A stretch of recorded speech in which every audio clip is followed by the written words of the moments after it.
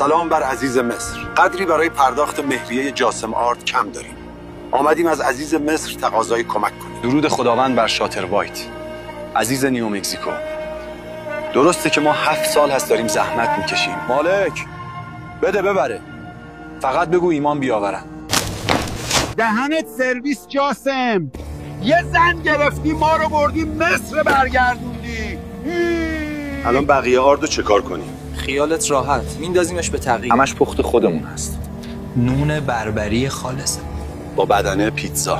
بربری همش بربریه، با بدنه پیتزا لازانیا فرقی نمیکنه. فقط بیا. حواستون باشه هدر ندید نعمت خدا رو. گناهه. یعنی تو میگی اونا مسلمون نیستن؟ نه، فقط میگم شیطان بهشون غلبه نکنه. آهای تقی، صبر پیشه کن مرد. تو ریش سفید نانواها هستی. شاتر وایت میگه تقی، صبر پیشه کن. بگو قضاوت فقط کار خداست. قضاوت کار خداست. بگو دیگه به هیچ مسلمونی برچسب نمیزنن. دیگه به هیچ مسلمانی برچسب نمیزنم.